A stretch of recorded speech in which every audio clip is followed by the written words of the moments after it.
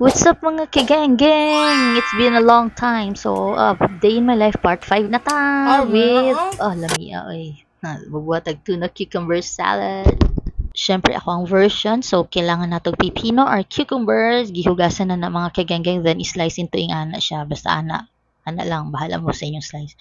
So, karon ibutang siya sa container, and then after that, butangan na og tuna, syempre, kay tuna kay salad. Next is Japanese style mayo, kara siya. So, after that, budburan og asin. Yan. And then next is ang lemonsito. So, wala man tayo lemon. So, lemonsito or calamansi, pwede. Then, tanggalan ang liso. Tanggalan ng liso. So, pwede mo ka mag-add og red onions or tomatoes. So, next is budburan na pud og pepper. A small pepper. And the last one is the sesame oil. After that, pwede na i-shake, shake, shake, shake, shake, shake, shake, shake, shake, shake, Okay. Tapos next is mana. Mao lang na siya. Ing ana siya kadali buhaton mga kagingging. So karon cheers with Ate Binang. Yun nila Ate Binang tilaw daw. Okay.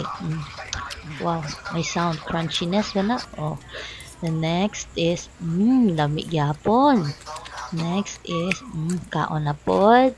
So dili na siya tilaw, lamon na gid siya kaon na siya mga kagengeng na akong dinner. So that's it. Bye.